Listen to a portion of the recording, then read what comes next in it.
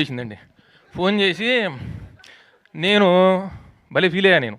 మన బాధలు మనం దారాలు కట్టుకొని తిరుగుతామంటే ఫోన్ చేస్తే నా కోసం అనుకుని ఫోన్ చేసి ఏమండి మీరు ఆ సూర్య గారు ఉన్నారు కదా, ఏం పేరు కూడా తెలియదు. ఫోన్ చేసి ఆయనండి ఆ హిట్ 3 సినిమాలో ఆ కాశ్మీర్ ఎపిసోడ్లో నాని గారు పక్కనే ఉంటాడు, జామ పండులో ఉంటాడా? అవునండి. మామూలు జామ పండు కదా, ఆయన తైవాన్ జామలో ఉంటాడు కదా, బాగా నిగన. అవునండి ఆయనే. ఆయన పేరు తెలియకుండా చేసి ఆ సూర్య.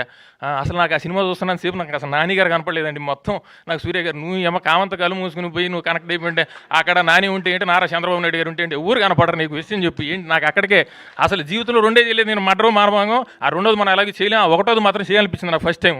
నాకు ఫోన్ చేసి ఆయన పొగుడుతూ తీరా ఎందుకు చేసిందంటే ఆయన నెంబర్ కోసం చేసింది.